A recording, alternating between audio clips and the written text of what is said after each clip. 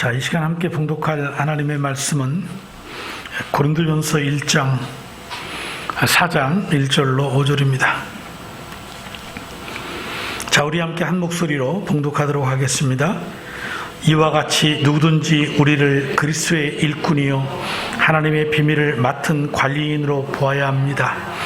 이런 경우에 관리인에게 요구하는 것은 신실성입니다. 내가 여러분들에게서 심판을 받든지 세상 법정에서 심판을 받든지 나에게는 조금도 문제가 되지 않습니다. 그뿐 아니라 나도 나 스스로를 심판하지 않습니다. 나는 양심에 꺼리끼는 것이 없습니다. 그러나 이런 일로 내가 의롭게 된 것은 아닙니다. 나를 심판하시는 분은 주님이십니다. 그러므로 여러분은 주께서 오실 때까지는 아무것도 미리 심판하지 마십시오. 주께서는 어둠 속에 감추인 것들을 밝히 나타내시고 마음의 속생각을 드러내실 것입니다. 그때 사람마다 하나님으로부터 칭찬을 받을 것입니다. 아멘. 자, 본문의 말씀을 중심으로 우리 충성된 새해를 맞이하자는 그러한 제목으로 말씀을 함께 나누도록 하겠습니다. 한 성도가 하나님께 이렇게 기도합니다. 하나님, 저를 축복해 주시면 절대로 예배도 빠지지 않고 열심히 헌신하며 살겠습니다. 만약에 제가 이 약속을 지키지 못한다면 하나님 저를 죽여주십시오. 아주 비장한 기도를 하나님께 올려드렸습니다. 하나님이 이 성도의 기도를 들으시고 축복하셨는지 하는 일마다 잘 되었고, 그는 약속한 대로 처음에는 예배도 빠지지 않냐고 잘 드리고 또 적극적으로 교회 안에서 헌신하는 그러한 삶을 살았습니다. 그런데 시간이 지나면서 점점 좀 바쁘게 살다 보니 예배 출석이 게으러지고 헌신도 적어졌습니다. 문득 이 성도는 두려움이 생겼습니다. 자기가 한 기도가 생각이 난 겁니다. 혹시 이러다가 내가 죽지는 않을까? 하지만 시간이 흘러도 자신이 죽지 않게 되자 계속해서 잘못된 삶을 살아가는 겁니다. 3년이 지난 어느 날 배를 타고 여행을 하게 됩니다. 그 배에는 약 100여 명의 사람들이 함께 여행을 하고 있었습니다.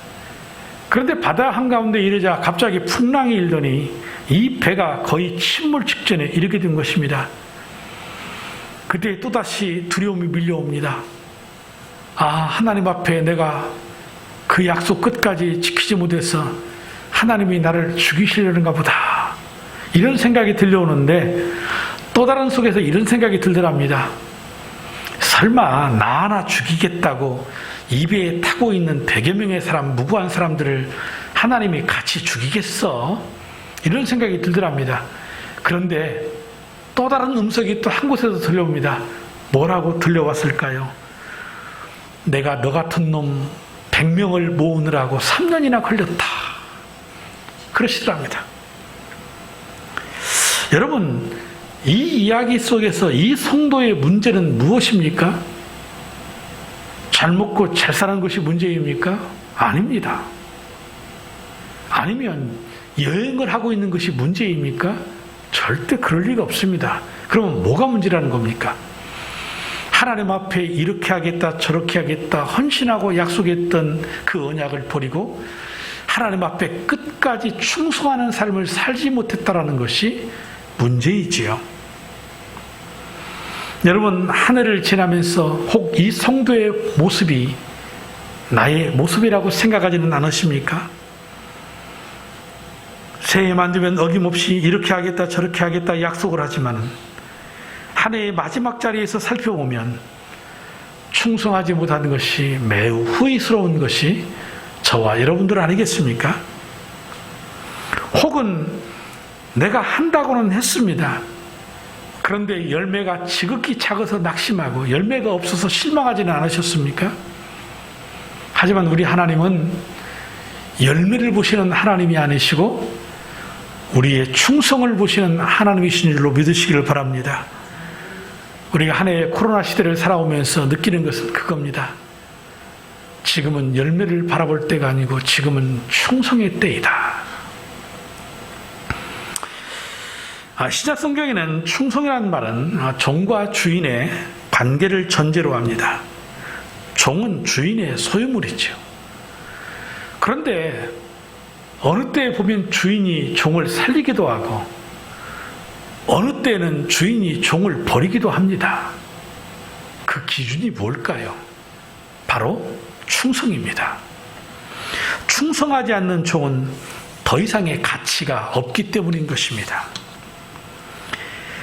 또한 고린도전서 오늘 본문 1절에 보면 바울은 자기를 그리스도의 일꾼이요 그랬습니다. 1절을 보십시오. 이와 같이 누구든지 우리를 그리스도의 일꾼이요 하나님의 비밀을 맡은 관리인으로 보아야 합니다. 이 일꾼이라는 말은 헬라어의 원뜻은 뭐냐면 배 밑에서 노를 젓는 사람, 이런 뜻입니다.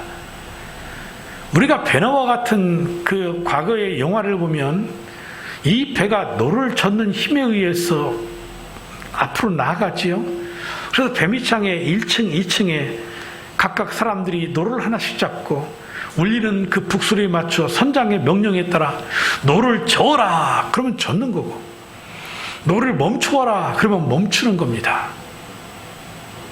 그들은 이 배가 지금 어디로 가고 있는지도 모르고 또한 지금쯤 이 배가 어디에 있는지도 모릅니다. 오직 선장의 명령에 따라, 주인의 명령에 따라 노를 젓는 사람들인 것입니다. 다음에 그리스도의 비밀을 맡은 자 그랬는데 오늘 세번역 성경에도 관리자라고 그렇게 표현되고 있지요. 집을 맡은 사람, 관리인입니다. 그런데 여기서 일꾼과 관리인은 이런 차이점은 있습니다. 일꾼은 앞에서 말한 것처럼 알 필요도 없고 알아야 될 이유도 없고 시키는 대로 하는 사람이라면 관리인에게는 나름대로의 이 권한과 책임이 따릅니다. 다른 사람에게 일을 시키기도 하지만 자기가 일을 만들면서 자발적으로 자율적으로 일을 할 수 있습니다. 하지만 분명한 것은 아무리 관리인에게 그런 권한이 있다 하더라도 그는 주인은 아닙니다. 따라서 주인을 위하여 주인이 주장하는 대로 주인의 뜻을 알아가면서 주인의 뜻을 받들어 충성하는 사람입니다. 이 사람이 관리인인 것입니다. 그러니까 앞에서 말한 종이든 아니면 일꾼이든 이 관리자이든 이 모두는 결국은 저들에게 요구드리는 것은 오직 하나입니다. 충성하라는 것입니다. 이 충성은 맡은 자의 기본 자세입니다. 충성은 지식이 아니고 말이 아닙니다. 행동이고 생명의 그 자체인 것입니다. 2020년도 한 해를 살아온 우리들, 종의 삶이었던, 일꾼의 삶이었던, 관리자의 삶이었던 오늘 우리의 충성 하나님 앞에 되돌아봐야 합니다. 과연 나는 충성한 삶을 살아왔던가? 그리고 다시금 2021년도 새로운 일들을 나에게 맡기시는 하나님 앞에 우리는 충성하는 새해가 되어야 될 줄로 믿습니다. 그러면 먼저 충성의 자세는 무엇인가를 살펴보겠습니다. 충성은 대가를 바라지 않는 것입니다. 미국의 유명한 사업가였던 록펠러가 어느 날 한 시골의 작은 호텔에 머물게 됩니다. 이런 큰 재벌이 호텔에 온다니까 호텔은 비상이 걸렸습니다. 청소를 하고 특별히 록펠러가 묵는 그 방은 새로운 모든 것들로 다 꾸밉니다. 조금도 불편이 없도록 해야 되겠다는 그런 생각으로 잘 준비를 한 겁니다. 그리고 여기에 그 호텔에서 가장 준수한 한 젊은 청년을 발탁을 해서 록펠러가 머무는 동안에 조금도 부족함이 없도록 최고의 친절과 최고의 서비스를 다하도록 그렇게 준비를 했습니다. 이 청년은 시간 불편 없이 록펠러에게 봉사를 잘했습니다. 며칠이 지난 뒤에 이제 록펠러가 떠납니다. 호텔 사용료를 지불하고, 그리고 우리가 잘 아는 것처럼 이 서구의 그 문화에는 팁의 문화가 있지 않습니까? 저희들도 해외에 나가게 되면 나올 때마다 매일 침대 머리맡에 한 $1 정도, 우리 돈 1,000원 정도의 팁을 놓고 나오죠. 청소하시는 분들 배려하는 마음입니다. 역시 록펠러도 이 젊은 청년에게 팁을 준 겁니다. 그런데 록펠러가 팁을 주고 되돌아 나가는데 이 젊은 청년이 뒤에다 대고 그러는 겁니다. 얼마 가지도 않았는데 마치 들으라는 듯이 세상에 이런 짠돌이가 어디 있어. 재벌이 돼가지고 이게 뭐야. 사실은 록펠러가 주었던 팁의 양은요, 많은 것도 아니고 적은 것도 아닙니다. 쉽게 말하자면 보편적으로 주는 팁인 것입니다. 전혀 잘못된 것도 없습니다. 하지만 이 젊은 청년에게는 이 록펠러가 세계적인 부호요 재벌이니 기대했던 바가 굉장히 컸던 것 같습니다. 어쨌든 록펠러는 가다가 이 이야기를 듣더니 발을 멈추고 다시금 돌아와 청년의 어깨를 툭툭 치면서 이렇게 말합니다. 내가 머무는 동안에 젊은 청년이 신실하게 친절하게 나를 섬겨주어서 내가 회사에 들어가면 자네를 특채하려고 했는데 참 안 됐구만. 없던 걸로 하세. 그리고 갔더라는 것입니다. 여러분, 충성은 대가를 바라는 것이 아닙니다. 대가를 바라면 그것이 계약이 되는 겁니다. 그래서 우리의 성도들도 직장 생활하고 무엇을 사업을 하든지 간에 어떤 관계를 맺고 상하 간에 월급을 줄 때에 충성했다고 주는 게 아니지 않습니까? 충성은 대가를 바라지 않는 것인데 정한 시간에 정한 노동의 양을 통해서 계약의 조건에 맞을 때 거기에 맞는 상당한 사례를 하는 거지요. 월급을 지급하는 거지요. 그렇기 때문에 아이고 제가 한 것도 별로 없는데 이렇게 월급을 주셔서 사장님 너무나 감사합니다. 이렇게 말하는 사람 없습니다. 오히려 행여라도 더 주었으면 하는 바람이 있을 뿐이지요. 내가 이 정도 했으니, 내가 저 사람보다는 더 많은 일을 했으니 내가 더 많이 받아야 되는 것 아닌가? 당연한 것입니다. 계약이니까. 하지만 충성은 대가를 바라는 것이 결코 아닙니다. 하나님이 우리에게 베푸신 은혜 앞에, 우리는 값없이 주신 그 사랑 앞에 무엇을 기대하면 안 됩니다. 충성할 뿐입니다. 혹여라도 그 충성을 어여삐 여기신다면 하나님이 더 큰 축복 주시면 좋겠지요. 하지만 안 주셔도 이미 주신 그 은혜가 너무나도 크기에 우리는 충성할 뿐인 것입니다. 충성은 아무것도 바라는 것이 없어야 진짜 충성인 것입니다. 두 번째로 충성이라는 것은 작은 일에도 최선을 다하는 것입니다. 흔히들 사람들은 작은 것을 가벼이 여깁니다. 그래서 건성으로 하고 적당히 눈가림으로 합니다. 그러나 하나님의 일을 맡은 사람들은 그리 생각하면 안 됩니다. 아무리 작은 일같이 보일지라도 그 일에 충성을 다해야 합니다. 작은 일이라고 무시하는 사람은 큰 일에도 충성할 수가 없습니다. 여러분, 작은 것이 아무것도 아닌 것 같지만 그 작은 것 하나 때문에 일을 그르칠 수도 있지 않습니까? 예를 들면 미국의 나사의 우주선이 이제 발사되는데 발사되기 몇 시간 전, 몇 분 전에 갑자기 취소가 되는 경우도 있습니다. 한 번은 몇 분 전에 이 발사 몇 분 전에 취소를 했는데 그 이유가 뭡니까?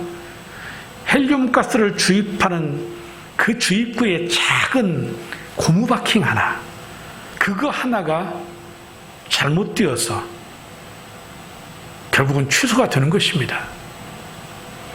그 거대한 우주선의 작은 고무 바킹 하나, 사실 아무것도 아닙니다.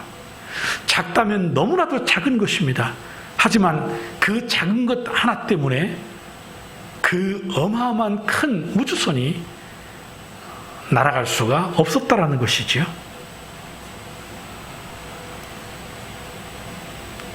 어쩌면 우리가 맡은 일이 때로는 작은 것 같이 보일 수 있습니다. 참 하나님 앞에 미미한 것처럼 보일 수 있습니다. 2달란트, 5달란트 받은 사람, 하나님의 그 엄청난 재산 앞에 그거 100만 분의 1, 1000만 분의 1도 안 되는 너무나도 지극히 작은 것일 수 있습니다. 하지만 하나님은 그 일을 우리에게 맡기시고 그 일을 감당하는 우리를 주목하십니다.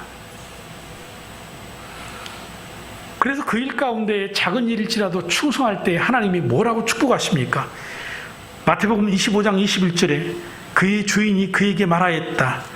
착하고 신실한 종아, 잘했다.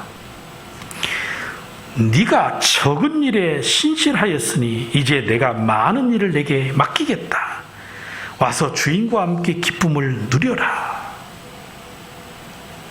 또 누가복음 19장 17절을 보십시오. 주인이 그에게 말하였다. 착한 종아, 잘했다. 내가 가장 작은 일에 신실하였으니 10고을을 다스리는 권세를 차지하여라. 예수님께서 지극히 작은 일에 충성하라고 말씀하시고 지극히 작은 일에 충성한 사람을 칭찬하십니다. 우리가 맡은 일이 작은 일 같이 보여도 작은 일로 보면 안 됩니다. 그 작은 일을 하나님이 맡기셨기에 우리는 큰 일이라고 생각을 해야 합니다. 만약에 우리가 그것이 작은 일이라고 그 작은 것을 무시해버린다면 결국은 그 일을 맡기신 분이 하나님이시니 하나님을 무시하는 것과 같은 것입니다. 우리가 1달란트 받은 자의 실패의 원인이 바로 여기에 있다는 걸 우리는 깨달아야 합니다. 주인이 맡겨준 1달란트 대수롭지 않게 가벼이 생각했습니다. 그리고 땅에 묻어버렸습니다. 주인이 뭐라고 그랬습니까? 이 악하고 게으른 종아. 책망했습니다. 여러분, 우리 주님은요, 앞에서 말씀드렸던 것처럼 열매를 보고 판단하시고 칭찬하거나 책망하시는 것이 아닙니다. 이 1달란트 받은 사람이 이 1달란트를 가지고 최선을 다해서 주인의 뜻을 이루기 위해서 충성을 했다면 비록 그 결과가 실패했을지라도 우리 주님은 낙심되어 고개를 떨구고 있는 그 종에게 다가오셔서 그를 허그하시면서 등을 두드리실 겁니다. 괜찮아, 괜찮아. 너가 수고한 거, 나의 일을 위해서 열심히 신실하게 수고한 거 내가 안단다. 괜찮아. 다음에 더 잘하면 되지. 내가 너에게 다음에 더 큰 일을 맡겨주마. 이게 주님 아니시겠어요? 우리가 그리스도의 몸된 교회에서 맡은 직분도 같이 여겨야 합니다. 내가 맡은 일이 작은 일 같아도 큰 일인 겁니다. 가장 중요한 것은 그겁니다. 내가 하고 있는 일이 하나님과의 관련성이 있는 일인가? 이것이 하나님 나라와 관련이 있는 것인가? 이 생각인 겁니다. 어제 저녁입니다. 제가 어제 오후에 교회에 있으면서 설교를 준비하고 5시 반쯤에 이제 집에 저녁을 먹으러 들어가는데 우리 교회 주보를 인리 목장에서 이 김성철 집사님 가정과 김동환 집사님 가정 두 가정이 맡아서 돌아가면서 하십니다. 사실 주보 예전에는 150장 정도 우리가 발행을 했다면 지금은 코로나19 상황에서 50장밖에 되지 않습니다.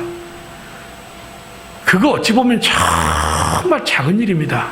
그걸로만 본다면. 하지만 이 일을 맡았으니 이 시간을 정해놓고 집에서부터 교회에 와야 되고 그 50장을 접어놓고 또 집에 가는 그 수고로움이 있습니다. 작은 일 같지만 그거 쉬운 일 아닙니다. 그런데 어제 저녁에는 제가 갈 때까지 오지를 않는 거예요. 딴 데는 이미 와서 다 접고 가셨을 건데 아이고 바쁜 일이 계셔서 못 오시나 보다. 혹은 연휴에서 어디 가족들하고 어디 가셨나? 뭐 그럴 수도 있지요. 그래서 집에 가서 밥을 먹으면서 박지정 전사님 보고 주부를 접으러 집사님들이 안 오셨네? 오늘은 좀 접어놓지. 또 우리 아들 씩씩합니다. 뭐 그까짓 거 뭐 아무것도 아닌데요. 뭐 제가 하지요. 그럽니다. 그리고 식사를 마치고 다시 교회에 왔더니 이미 접고 가셨습니다. 참 마음에 기쁨이 되고 감동이 되어요. 아, 저 집사님은 어떤 작은 일을 맡겨도 자기가 맡은 일에 대해서 정말 성실하고 신실하게 최선을 다해서 충성하는 분이구나. 이때까지 단 한 번도 자신이 맡은 일을 미루지도 않고 실수한 적도 없이 한 해를 달려오신 것 같아요. 여러분, 굳이 말하려고 한다면 다 말할 수는 없겠지만은 보이지 않는 가운데에 헌신하는 분들, 우리 매주마다 이 PPT, 이것은 우리 심현식 목자가 벌써 거의 10년 가까이 다 되도록 매주마다 이 일에 헌신하고 계세요. 우리 송지숙 집사님, 목장의 말씀 교사들을 위해서 제 설교를 매주마다 녹음을 해서 이것을 요약해서 각 교사들에게 보내주는 거죠. 한 주도 빠지지 아니하고, 그 주에 자신이 어떤 일 때문에 교회에 못 나와도 다른 어떤 방법을 통해서 녹음을 해서 목원들에게 부탁을 하든 목녀에게 부탁을 하든 부탁을 해서 또 그것을 성실하게 감당해서 보내줍니다. 요즘에도 보내줘요. 근데 미안해요, 마음에. 왜냐하면 목장 예배 안 드리잖아요. 지금 비대면으로라도 이 말씀교사 하면서 드리는 목장이 있다는 건 압니다. 그런데 하고 있잖아요. 근데 몇 목장을 위해서 그 일을 계속 하세요. 저도 메일을 물론 받습니다. 그 메일을 받을 때마다 정말 감사하다는 생각이 듭니다. 그렇습니다. 이 밖에도 제가 다 말씀드리지 않아도 많은 손길들, 그것이 작게 보이고 드러나지 않는 일일지라도 충성을 다하는 우리 성도들이 있기에 우리 예일교회가 오늘 여기까지 올 수 있었던 거 아니겠습니까? 사랑하는 성도 여러분들, 여러분들이 하고 있는 일들이 비록 작은 일일지라도 충성을 다하시기 바랍니다. 우리 하나님은 기억하고 계신 줄로 믿습니다. 그리고 세 번째로는 충성은 끝까지 해야 한다는 것입니다. 어떤 사람은 충성을 이렇게 정의를 했습니다. 약간 섬뜩한 그러한 정의예요. 한번 보십시오. 충성이란 죽는 셈치고 죽을 힘을 다하여 죽을 때까지 잘하는 것이다. 아, 비장함이 느껴지지 않습니까? 죽는 셈치고 죽을 힘을 다하여 죽을 때까지 해라. 주님은 우리에게 그렇게 말씀하세요. 네가 죽도록 충성해라. 세상의 사람들이 그렇게 말하는 것이 다 이해가 되겠는데, 아니 우리 주님께서는 어찌 그리도 잔인하실까? 아니 우리를 못 부려먹어서 안달이 나신 분이신가요? 심술궂은 아주 짓궂은 악한 주인이신가요? 왜 우리에게 충성하라 그래도 무거운데 죽도록 충성하라 그렇게 말씀하셨을까요? 그런데 뭐라고 그랬어요? 생명의 면류관을 주겠다. 이 말에는 단순한 어떠한 결과적인 상급만을 말하는 것이 아니고 이미 주님은 우리를 향하여 당신 자신의 생명을 아낌없이 다 주셨기 때문입니다. 내가 너를 이와 같이 생명을 다해서 사랑했으니 너도 너의 생명 다해서 나 사랑해주면 안 되겠니? 관계이지요. 사랑의 관계. 결국 주님은 악한 주인이 아니십니다. 우리를 착취하시는 하나님이 결단코 아니십니다. 그렇습니다. 주의 일을 맡은 자의 충성의 자세는 무엇입니까? 끝까지입니다. 충성하라 죽도록 충성하라 끝까지. 주의 일은 하다가 말면 안 됩니다. 세상의 일도 하물며 그렇게 하면 안 되는데 어떻게 주의 일을 내 마음대로 내가 하고 싶은 대로 하다가 말 수 있습니까? 끝까지 해야 합니다. 물론 이 말씀을 생각하면서 저도 하나님 앞에 제 자신을 돌아봅니다. 나는 끝까지 충성했나? 뭐 하려고는 했다고 이렇게 말할 수 있겠지만 때로는 나의 충성도 끝까지 가지 못한 충성의 때도 있고, 때로는 나의 충성도 하나님 앞에서의 관계성보다도 때로는 성도들과의 관계성에서 나의 모습을 보여주려고 의도된, 연출된 그러한 모습도 있었다라는 것을 고백합니다. 참 우리가 끝까지 충성한다는 것이 힘들지요. 성도 여러분들도 마찬가지겠지요. 더욱이나 세상의 분주함 속에서 바쁜 가운데 살아가면서 하나님 앞에 충성한다는 것이 얼마나 힘들겠어요. 집사님 좀 충성하세요. 그러면 목사님 말씀 마세요. 세상 먹고 살기 얼마나 바쁜 줄 아세요? 얼마나 힘든 줄 아세요? 네, 맞아요. 세상에 돈 벌기 쉽지 않고 먹고 살기 힘들다는 거 알아요. 그러니까 충성이 요구되는 거지요. 물론 우리 그리스도인들로서 평생을 해야 될 충성이 있는가 하면 때로는 내가 올 한 해에 충성하리라, 아니면 내가 6개월 충성하겠습니다. 우리의 삶의 헌신의 영역은 우리가 생명의 삶에서 배웠던 것처럼 교회만이 충성의 자리가 아니고 직장도 충성의 자리이고 가정도 충성의 자리, 헌신의 영역이기 때문에 이것이 균형에 맞게 잘 우리가 충성을 해야 되는 거 아니겠습니까? 때로는 교회에 더욱더 충성이 요구될 때도 있는 직분자들도 있겠고, 또 어느 때는 회사에서의 자신의 위치 속에서 회사의 충성이 더 크게 요구될 때도 있을 거고, 또 어느 때는 가정이라는 그 속에서의 충성이 더 요구될 때 있는 겁니다. 어떻게 다 똑같을 수 있겠어요? 내가 못하면 다른 분이 좀 충성해주면 되는 거고, 얼마든지 그럴 수 있는 것이죠. 하지만 여기서 지금 말씀드리는 충성이라는 것은 무엇입니까?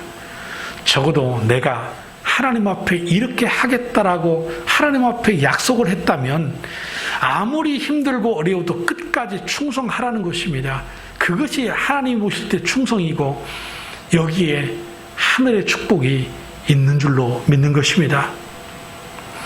또는 왜 충성이 안 되는가를 생각해 보니까 이 신앙생활하면서 이 충성이라는 것을 사람에게, 목사에게 하는 것처럼 생각하시는 분들이 있습니다.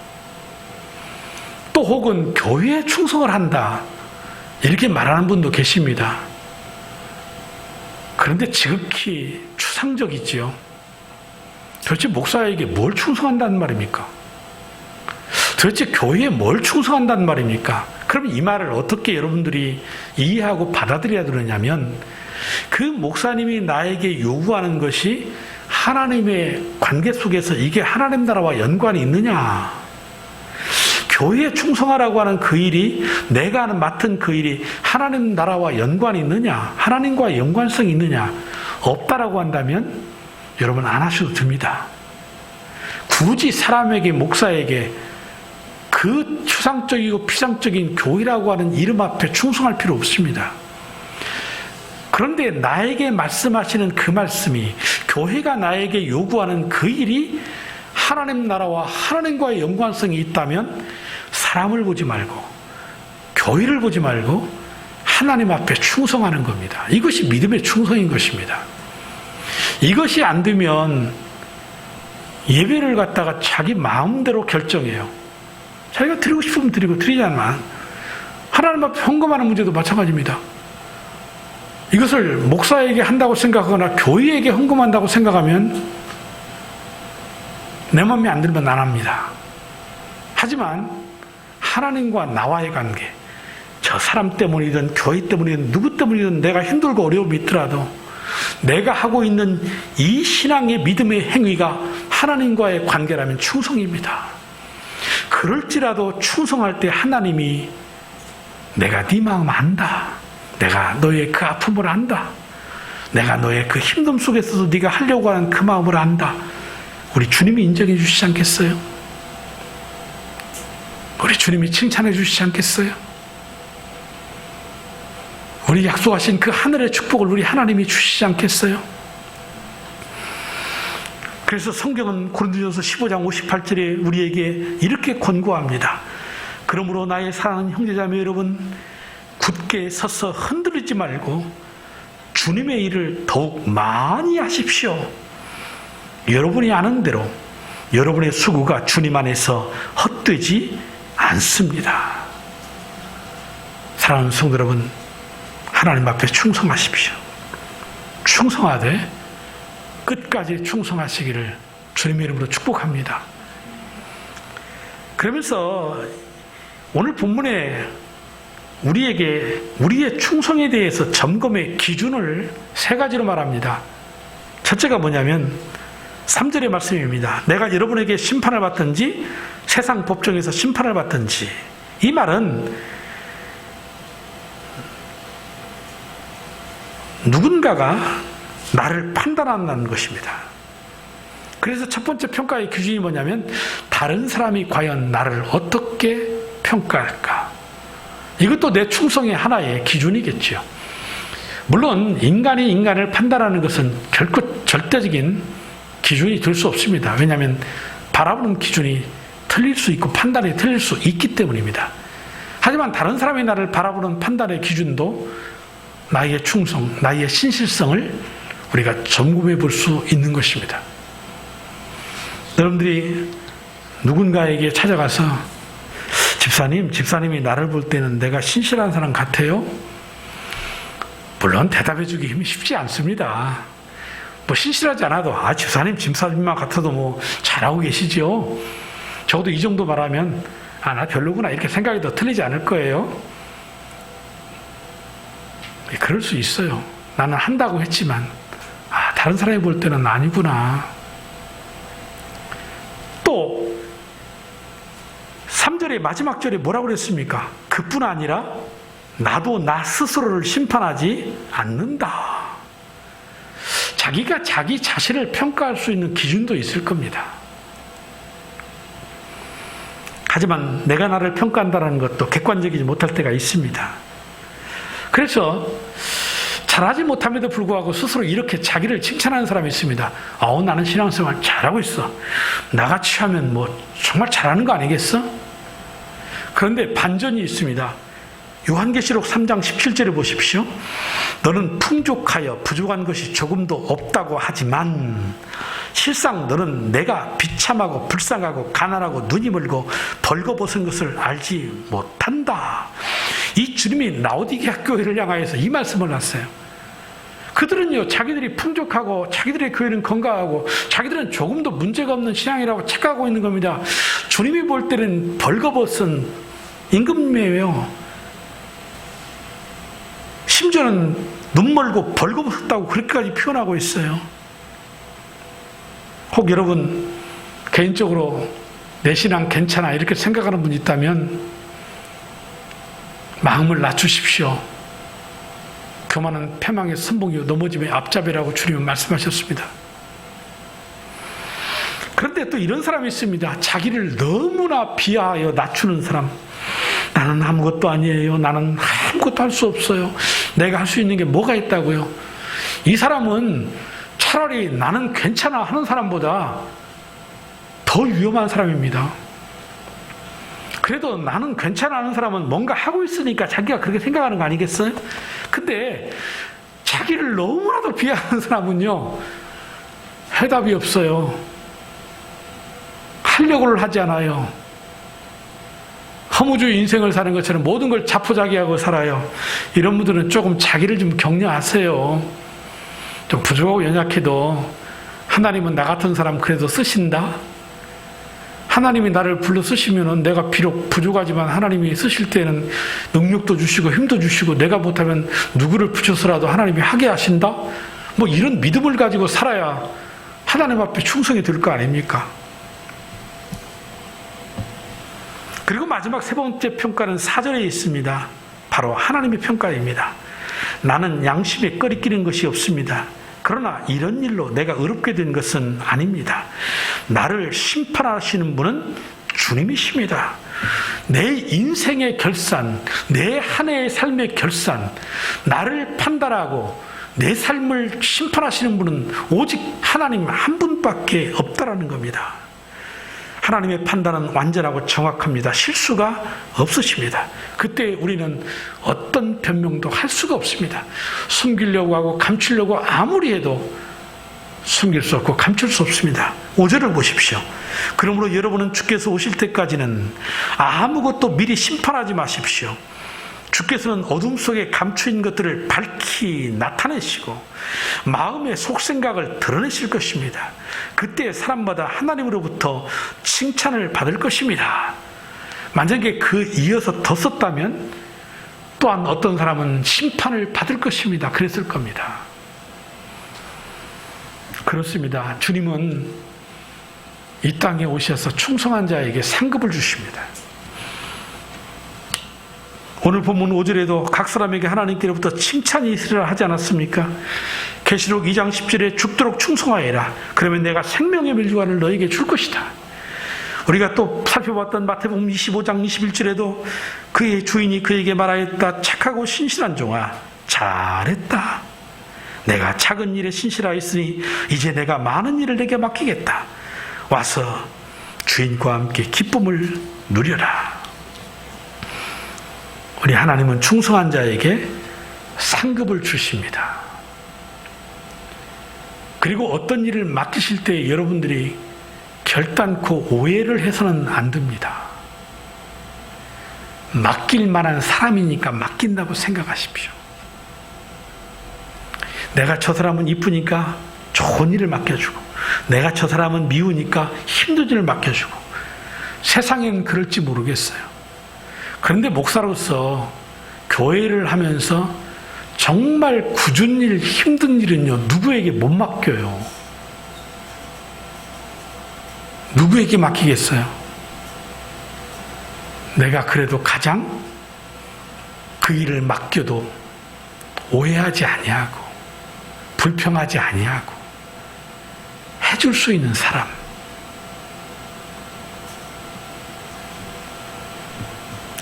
이런 말해서 죄송합니다만 가장 내가 살아가면서 지금의 부려먹기 좋은 종은 박진영 전도사.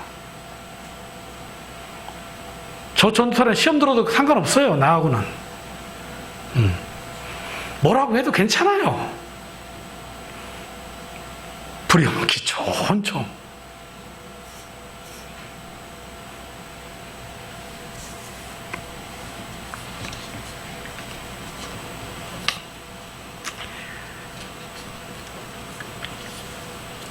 하나님이 우리에게 조금 힘든 일, 벅찬 일을 맡기실 때에도 주님께서 주실 상급을 생각하세요. 주님이 그 일을 우리에게 맡기시는 이유는 하나입니다.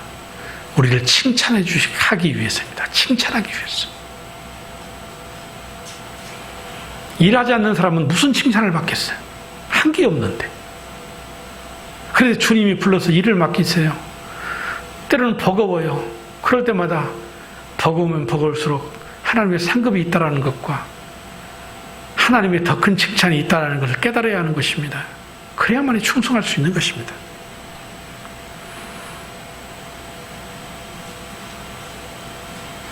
우리가 은밀히 행하는 중에 주님은 모든 것을 다 보고 계십니다. 그러므로 오늘의 말씀처럼 대가를 바라고 충성하지 마시고 작은 일이라고 소홀히 하지 마시고 충성하시고, 그리고 하나님이 맡기신 일을 끝까지 죽도록 충성하시기를 바랍니다. 그리고 충성은 현재 진행형입니다. 코로나19가 사그라들 것 같은데 백신이 나왔으니까 끝났다 생각했는데 변이가 발생해서 저 영국이라는 나라가 거의 스톱 상태에 가 있고, 그 변이가 이제 여러분 기사를 보셨겠지만 일본에서도 발생되었다. 우리나라에도 발생되는 것도 좀 시간의 문제일지도 모릅니다. 그래서 어떤 정치인은 제4차, 5차에 더 심각한 문제가 벌어질 것이다 라고 이야기를 하기도 합니다. 이러한 환난의 때를 살아갈 때에 지금 우리가 해야 할 일은 뭐겠는가? 바로 열매보다도 충성에 집중할 때다. 2021년도 우리 성도들 모두가 열매가 아닌 충성을 바라보고 달려가시길 바랍니다. 농부에게 결산의 날이 있는 것처럼, 관리자에게, 일꾼에게 결산의 날이 있는 것처럼 마지막 날 주님 오실 때는 결산의 날이 있을 겁니다. 염소와 양이 갈라지고 쭉정이와 알곡이 갈라지고 잘했다 충성된 종이라고 인정받는 사람이 있는가 하면 이 악하고 게으른 종이라고 책망받는 사람도 있을 것입니다. 바라기는 우리 예일교회 모든 성도 여러분들이 이제 2021년도 새로운 한 해에 충성된 일꾼으로서 하나님 앞에 충성 다하여 하나님이 베푸신 그 연회의 자리, 그 기쁨의 자리에 참석하고 정말 하나님이 주시는 그 의의 생명의 멸류관, 축복의 멸류관 다 받아들이는 그런 일꾼들 다 되시기를 주님의 이름으로 축복합니다.